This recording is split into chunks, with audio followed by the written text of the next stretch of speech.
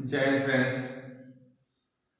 आज हम अपने प्रधानमंत्री माननीय श्री नरेंद्र मोदी जी के विदेश यात्रा पे आए हुए खर्च के बारे में बात करते हैं। दोस्तों, आपको पता है कि नरेंद्र मोदी जी है हमारे जो प्रधानमंत्री हैं, वो अभी तक जितनी यात्राएं कर चुके हैं विदेश की, तो शायद सबसे ज्यादा बार विदेश की यात्रा करने वाले जो है प्रधानमंत्री हमारे श्री मोदी जी, नरेंद्र मोदी जी। और जो डाटा हम आपको दे रहे हैं 2014 से लेकर 2018 का है। 18 से जो है जो 23 का जो डाटा है वो भी आया नहीं है, तो 14 से 18 का ही डाटा जो उनको दे रहे हैं। ठीक है, तो 2014 से लेकर 2018 के बीच उन्होंने 92 देशों की यात्राएं की है, 92 देशों की। ठीक है,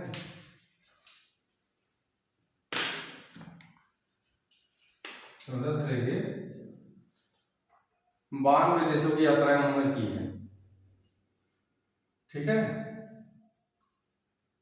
और 2014 से 2018 के जो 2021 करोड़ रुपए का खर्च आया हुआ है।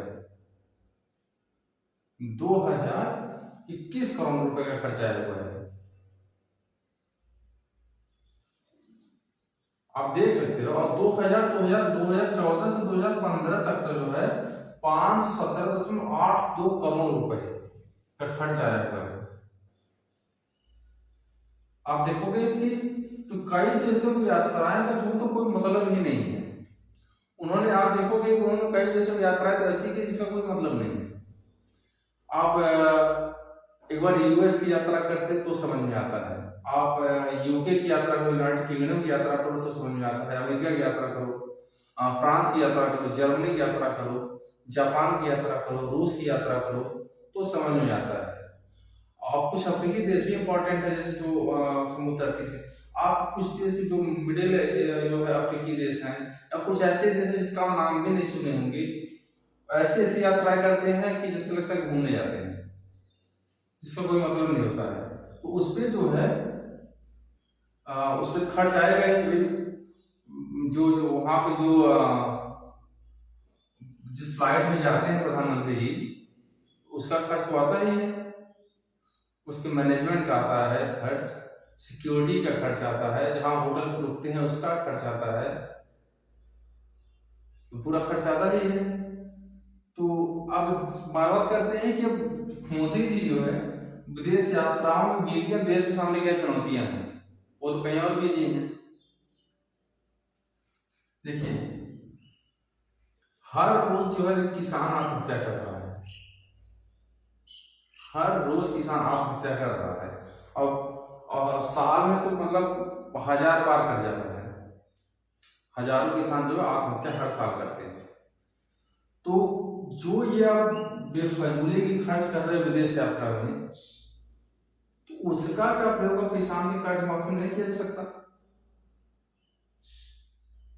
कर्ज माफ नहीं किया जा सकता उनका,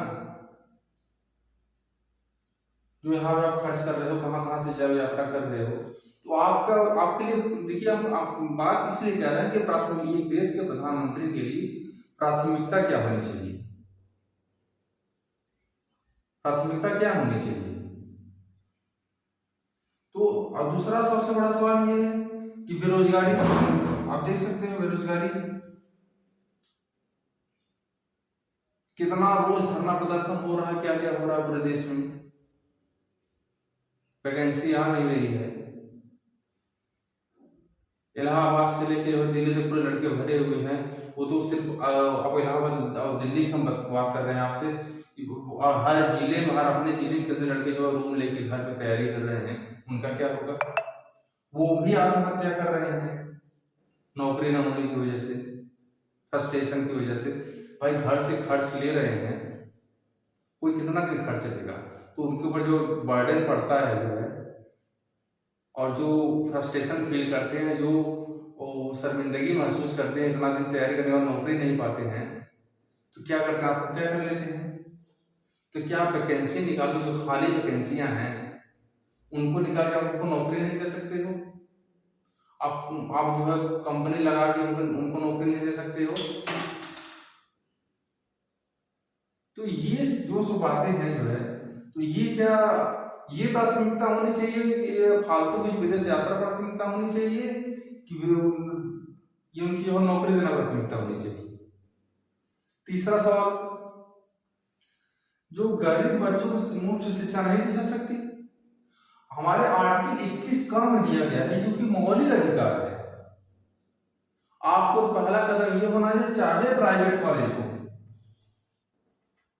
चाहे प्राइवेट कॉलेज हो और चाहे गवर्नमेंट कॉलेज हो, आपको 6 से 14 वर्ष तक के बच्चों को मुफ्त शिक्षा दे देनी चाहिए। प्राइवेट कॉलेजों में 1000 2,000 रुपये फीस लेते हैं, बच्चे कहाँ से पढ़ेंगे? और गवर्नमेंट कॉलेजों में पढ़ाई होती नहीं और फीस देंगे 50,000 रुपये। एक गवर्नमेंट टीचर की स्टार्टिंग फीस 40,000 रुपये होती है। 40,000 रुपये स्टार्टिंग के गवर्नमेंट कॉलेज प्राथमिक जो प्राइवेट टीचर होते हैं, और उनको कुछ नहीं आता भी है तो पढ़ाते भी नहीं है, पढ़ाते नहीं है वो, और फीस है 40,000 रुपये।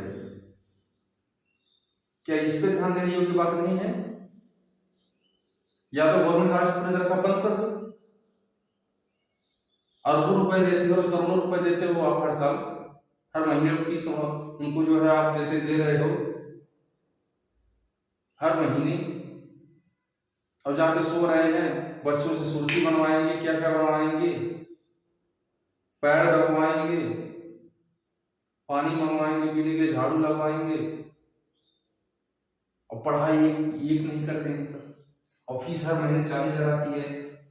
आप उसकी स्कूल में बैठ के जो है वेब सीरीज देखेंगे, मूवी देखेंगे। ये हालत सरकारी स्कूलों की। और फीस उनकी 40,000 है किसी, और थोड़े पुराना या तो 50,000 60,000 80,000 रुपये लाख लाख रुपये मिल रहा है उनको। किस बात को मिल रहा है भाई? पढ़ाई में बोल नहीं कॉलेज में, तो आप बंद कर दो उनको ना, उसमें पैसे तो बचेंगे।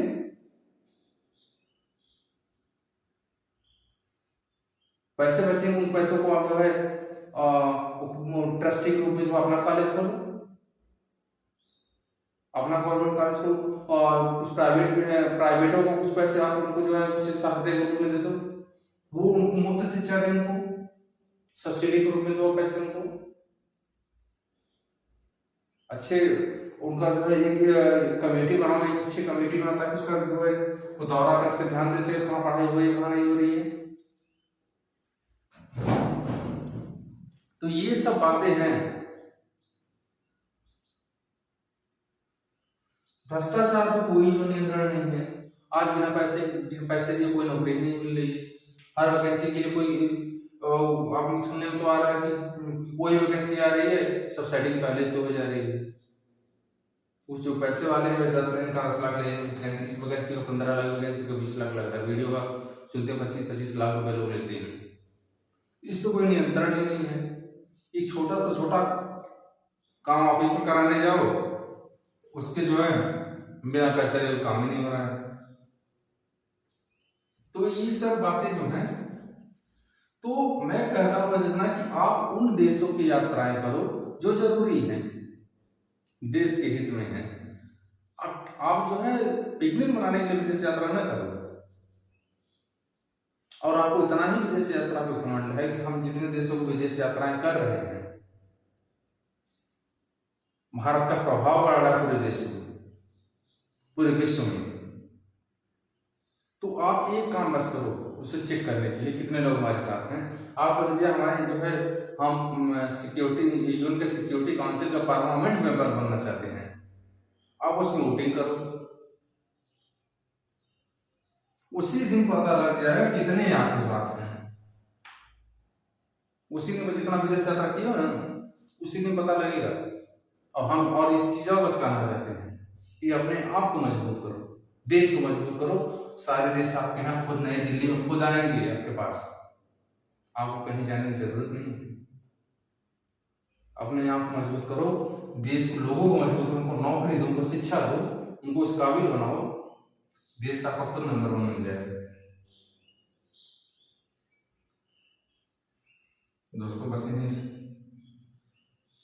आज के लिए इतना ही। जय हिंद।